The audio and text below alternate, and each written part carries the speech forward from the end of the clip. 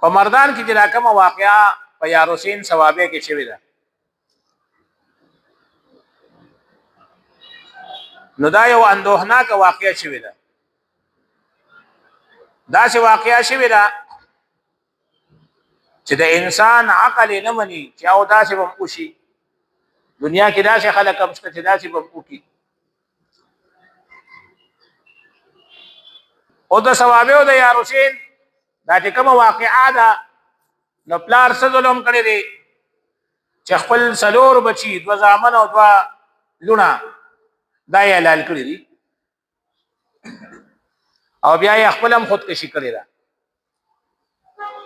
صرف د صدا وجنه کور والا ته نه خپو پلار کرا ناشته وا او خدای دې بس خپو وا چې هغه کم د دې د اوسېدو کور هغه د خرج په پرور باندې نو خدای ورته چې په کم دې اوسېږو چې تا پرور باندې د دې خرج کو نو خدای دې نه خپا کې ناشته خدای باندې جرګې وکړي خدای ورته چې کور واپس کنه بس درځم د رول لاله روډ ته کې ناشته چې دا کور مان واپس د پیسې در کوم دا ما ته واپس کاغه ورته بس خرج شوی دی واپس کیږي نه اخو خزینه منل د قرار نه منل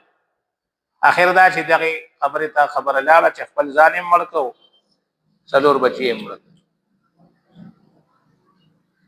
دا ډېر سنگین جرم دوک څلور قتلونه په بچو شو قران پاک الله رب عزت فرمای ومن يقتل مؤمنا متعمدا فجزاؤه جهنم خالدا فيها کم سړی چې قصدن عمدن مؤمن قتل کی نو د بدله جهنم دی او دی په کې همیشه پروت دی نو یو مؤمن نه دی وجلی دوی نه دی وجلی درې نه دی وجلی څلوري وجلی دغه هو بل دغه څلور قتلونو سزا بدی خوري بل دغه نه رسو خپل ځان وجلی دی خپل ځان د وجلو مغه شي ګناره نه کنه بل د وجلو چې څنګه ګناره نو که په خپل هوش او حواس کې دا کار کړی وي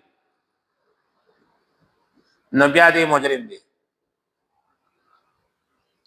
د 15 قتلونو سزا ده